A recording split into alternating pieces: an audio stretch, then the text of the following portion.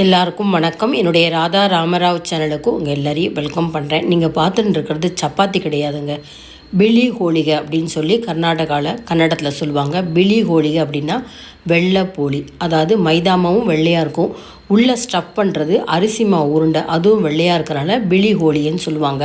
ஆனால் நான் மைதா மாவுக்கு பதிலாக இன்றைக்கி கோதுமை மாவில் இந்த அரிசி மாவு உருண்டையை உள்ளே ஸ்டஃப் பண்ணி செஞ்சு காமிக்க போகிறேங்க. அரிசி மாவு உள்ளே வச்சதே தெரியாது, டிஷ்யூ பேப்பர் மாதிரி இருக்கும். இதை நம்ம செய்ய கற்றுட்டோம் அப்படின்னா எல்லா விதமான போலி ரெசிப்பியுமே, அதாவது ஸ்வீட் போலி எல்லாமே நம்ம செய்யலாம். அதனால் இது பழகிறதுக்காகவே இந்த பிளி ஹோலியை செய்ய கற்றுக்கோங்க. கோதுமை மாவில் செஞ்சுருக்கிறது ரொம்ப ஹெல்த்தியாக இருக்கும். இந்த போலி நீங்களும் செய்யணும்னு நினச்சிங்கன்னா வீடியோ முழுக்க ஸ்கிப் பண்ணாமல் பார்த்துட்டு அதே மாதிரி செஞ்சு பாருங்கள். உங்களுக்கும் ரொம்ப பர்ஃபெக்டாக அந்த வெள்ளை போலி செய்ய வரும். வெள்ளை போலி செய்கிறதுக்கு பார்த்திங்கன்னா எல்லாருமே மைதா மாவு எடுப்பாங்க. நான் முழுக்க கோதுமை மாவு எடுத்திருக்கேன்.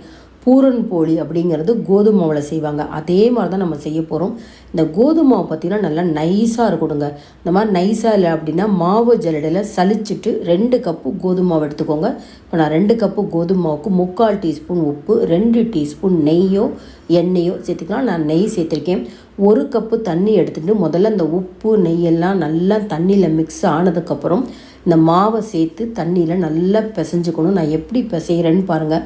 முக்கியமாக நல்லா அகலமான ஒரு தாம்பாளம் எடுத்துட்டிங்கன்னா நல்லா பிசையலாங்க. கோதுமை எந்த அளவுக்கு நம்ம தண்ணி விட்டு பிசைஞ்சு எடுக்கிறோமோ, நீங்கள் சப்பாத்தி மட்டுமே செஞ்சால் கூட அவ்வளோ சாஃப்டாக வரும். எத்தனை நேரம் ஆனாலும் சாஃப்டாக இருக்கும். அதனால் இப்போ 1 கப்பு தண்ணி எடுத்திருக்கேன். 2 கப்பு மாவுக்கு 1 கப்பு தண்ணி முழுக்க சேர்த்துட்டு எப்படி நான் மாவு பிசைகிறேன் பார்த்தீங்களா, 5 வரலையுமே இந்த கோதுமை மாவில் நல்லா அழுத்தம் கொடுத்து பிசையணுங்க. இந்த மாதிரி தாம்பாடத்தில் சுற்றி வர இருக்க எல்லா அந்த ட்ரையாக இருக்கிற கோதுமை மாவெல்லாம் நல்லா சேர்ந்து ஒன்றா சேர்கிற மாதிரி இந்த மாதிரி பிசைஞ்சிட்டு ஒரு பால் பதத்துக்கு வந்தப்புறம் உள்ளங்கையால் அந்த கோதுமை மாவு உருண்டையை நல்லா அழுத்தம் கொடுத்து பிசையணும். பிசைகிறப்ப கையிலலாம் பிசுன்னு அந்த மாவு ஒட்டுற மாதிரி இருக்கும். ஆனால் ஒரு 2-3 நிமிஷம் நல்லா அந்த மாதிரி ப்ரெஸ் பண்ணி நம்ம மாவை பிசைய அந்த கையில் இருக்கிற ஒட்டின்னு இருக்கிற மாவு முழுக்க எல்லாமே இந்த பால் மாதிரி சேர்ந்துருங்க. இப்படி நீங்கள் இழுத்து பார்த்தீங்கன்னா நல்லா எலாஸ்டிக் பதத்தில் அந்த கோதுமை மாவு இருக்கணும். இந்த மாதிரி இருந்தாலே சப்பாத்தி அவ்வளோ சாஃப்டாக இருக்குங்க. திரும்பவும் நல்லா பந்து போல் இந்த மாவை நல்லா ஒன்றா திரட்டிட்டு 2 டீஸ்பூன் நெய் இல்லைன்னா நம்ம எண்ணெய் சேர்த்துக்கலாம். நான் இப்போ 2 டீஸ்பூன் எண்ணெயை கையில் அப்ளை பண்ணிவிட்டு அந்த கையில் கொஞ்சம் ஒட்டின்னு இருக்க அந்த மாவெல்லாம் இந்த உருண்டையோடையே சேர்கிற மாதிரி நல்லா பெசரிட்டு ஒரு அரை மணி நேரமாவது நம்ம இதை ஊற போட்டுடணும். இந்த ஊறின்னு இருக்க டைமில் அடுத்தது நம்ம உள்ளுக்குள்ளே ஸ்டஃப் பண்ணுற அந்த அரிசி மாவை தயார் பண்ணிக்கலாம். இந்த அரிசி மாவு பார்த்திங்கன்னா சாதாரணமாக வீட்டில் அரிசி மாவு வச்சுருப்போம் இல்லையா, அது எடுத்துக்கலாம். இடியாப்பம் மாவு இருந்தால் எடுத்துக்கலாம். 1 கப்பு அரிசி மாவு, இதுக்கு 1.5 கப்பு தண்ணி. ஒரு வாணலியில் 1.5 கப்பு தண்ணி எடுத்திருக்கேன். 1 கப்பு அரிசி மாவுக்கு ஒரு கொஞ்சமாக உப்பு, அதாவது ஒரு 1/4 டீஸ்பூன் உப்பு. இது கூட பார்த்திங்கன்னா ஒரு 2 டீஸ்பூன் தேங்காய் எண்ணெய் சேர்த்துக்கோங்க. இதே மெத்தடு தாங்க நம்ம இடியாப்பம் செய்கிறதுக்கு, அடுத்தது கொழுக்கட்டை மேல் மாவு செய்கிறதுக்கெலாம் இதே மெத்தடு தாங்க. அதனால் தேங்காய் எண்ணெய் சேர்த்தா நல்ல ஒரு வாசனை இருக்கும். தண்ணி கொதிக்க ஆரம்பித்தோடனே 1 கப்பு அரிசி மாவை போட்டுட்டு அடுப்பை நல்லா ஹை ஃப்ளேமில் வச்சுட்டு இந்த மாதிரி ஒரு ஸ்டிக்கால் நல்லா கிளறி விடுங்க.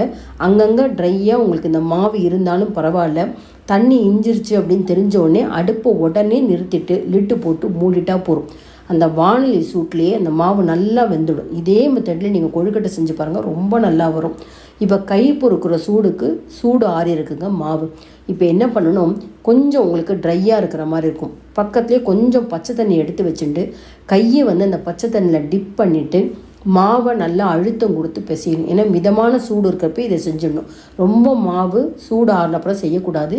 கை பொறுக்கிற சூடு இருக்கிறப்பே ரொம்ப சூடாக தெரிஞ்சுதுன்னா கொஞ்சம் கையை பச்சை தண்ணியில் டிப் பண்ணிவிட்டு கட்டி இல்லாத அளவுக்கு நல்லா கிளறணும். கட்டியே இருக்காதுங்க இந்த மாவை இப்படி கிளறப்போ கொஞ்சம் கூட கட்டி இருக்காது.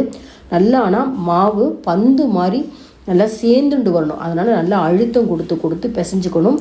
ட்ரையாக இருந்ததுன்னா தாராளமாக நீங்கள் பச்சை தண்ணியே லேசாக தெளித்து நம்ம ரவுண்டாக ஒரு பந்து பதத்துக்கு கொண்டு வந்துடலாம். இந்த அரிசி மாவு உருண்டையாக ஊட்டுறப்ப விரிசல் விடக்கூடாது, நல்லா ஸ்மூத்தாக இருக்கணும். இப்போ பார்த்தீங்கன்னா நான் ஒரு பிவிசி போர்டு எடுத்திருக்கேன். சமையல் மேடை மேலே கூட நம்ம இந்த சப்பாத்தி இந்த போலியை பண்ணலாம், நல்லா பெருசாக வருங்க. அதுக்காக நான் பிவிசி போர்டு ஒன்று எடுத்துகிட்டு இருக்கேன். கோதுமை மாவை ரெடி பண்ணியாச்சு. சப்பாத்திக்கு உள்ளே ஸ்டஃப் பண்ணுறதுக்கு இந்த அரிசி மாவு உருண்டையை ரெடி பண்ணியாச்சு. ஒரு எலுமிச்சம்பழ அளவு சைஸுக்கு இந்த மாவு உருண்டையை சின்னதாக உருட்டிக்கணும். ஒன்று போல் இந்த கிளறி வச்ச மாவு பார்த்திங்கன்னா ஒரு 7 உருண்டை எடுத்து வச்சுருக்கேன் நான். ஒன்று போல் ஒரே மாதிரி 7 உருண்டையை ரெடி பண்ணி வச்சுக்கலாங்க. இந்த மாதிரி ரெடி பண்ணிவிட்டு அடுத்தது கோதுமை மாவும் அந்த உருண்டைகளை பார்த்திங்கன்னா எப்படி அரிசி மாவு உருண்டை எடுத்து வச்சுருக்கோமோ அதே அளவுக்கு எடுத்துக்கணும். சேம் அளவுக்கு மாவு எடுத்துக்கணும். நம்ம அதை போலியாக தட்டுறப்ப மேலே எக்ஸஸாக கோதுமை மாவு இருந்தால் அதை தனியாக எடுத்துடலாங்க. இப்போ பாருங்களேன், நான் எந்த அளவுக்கு அரிசி மாவு உருண்டை எடுத்துக்கணும் அதே மாதிரி நான் கோதுமை உருண்டை எடுத்துக்கிறேன். எந்த அளவுக்கு ஒரு எலாஸ்டிக் தன்மை இருக்குது பார்த்திங்களா, அவ்வளோ சாஃப்டாக இருக்கும் மாவு. மெல்லிசாக இழுக்கலாங்க. கொஞ்சம் கூட உங்களுக்கு அது அங்கங்கே விட்டு போகாத அளவுக்கு ரொம்ப நல்லா வரும்.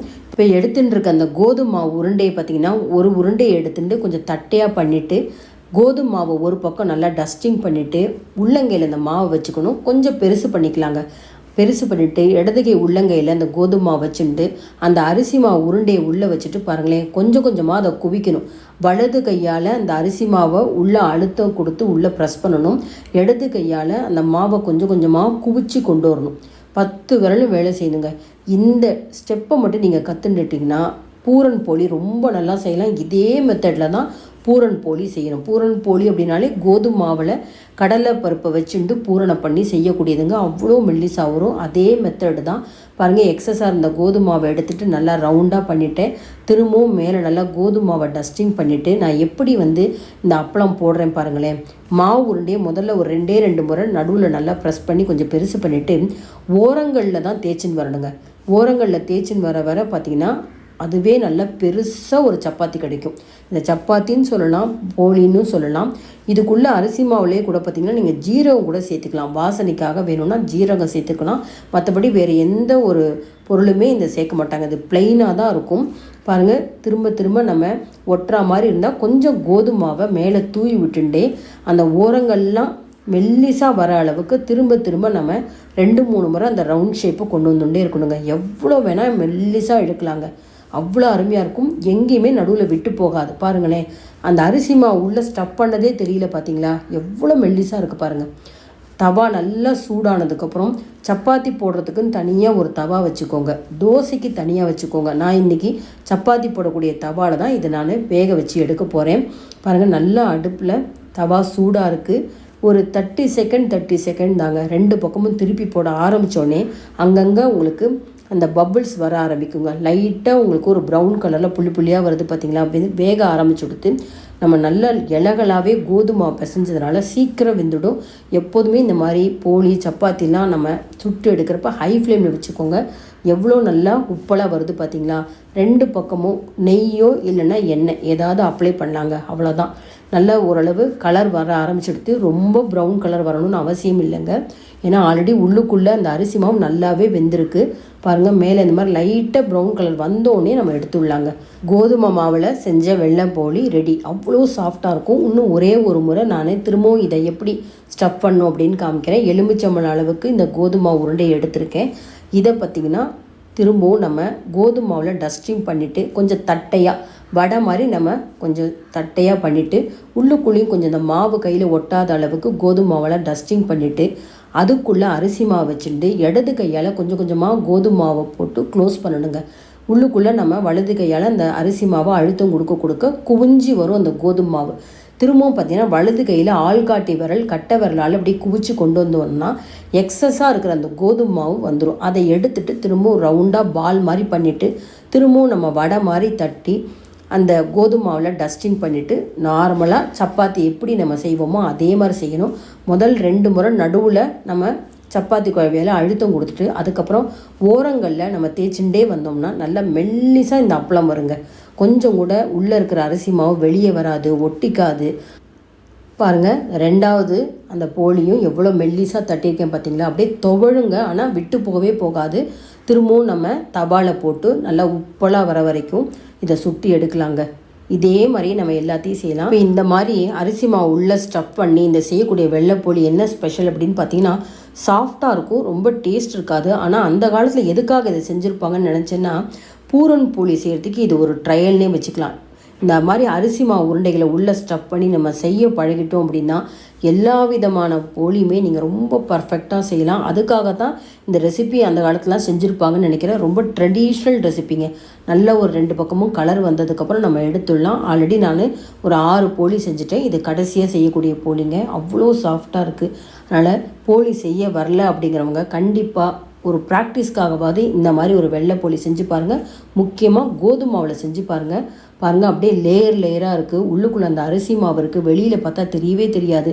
டிஷ்யூ பேப்பர் மாதிரி சாஃப்டாக இருக்கும். முக்கியமாக இதுக்கு சாம்பார் கூட வச்சு சைட் டிஷ்ஷாக வச்சு சாப்பிட்லாங்க. அவ்வளோ நல்லாயிருக்கும். லாஸ்ட் வீடியோவில் பார்த்தீங்கன்னா இதே வெள்ளை போலிக்கு பார்த்தீங்கன்னா நான் பச்சை பயிரில் கிரேவி பண்ணியிருந்தேன். இன்றைக்கி பார்த்தீங்கன்னா நான் குருமா பண்ணியிருக்கேன். எந்த சைட் டிஷ் வச்சு வேணால் சாப்பிட்லாங்க. ரொம்ப டேஸ்ட்டாக இருக்கும். அவசியம் ட்ரை பண்ணி பாருங்கள். இந்த வீடியோ பிடிச்சிருந்தால் லைக்ஸ் கொடுங்க. கமெண்ட் பாக்ஸில் உங்கள் கமெண்ட்ஸ் போடுங்க. உங்கள் ஃப்ரெண்ட்ஸ் அண்ட் ரிலேட்டிவ்ஸ்க்கு கண்டிப்பாக அந்த வீடியோவை ஷேர் பண்ணுங்கள். சப்ஸ்கிரைப் பண்ணாத வீவர்ஸ் சப்ஸ்கிரைப் பண்ணி சப்போர்ட் பண்ணுங்கள். Thank you viewers.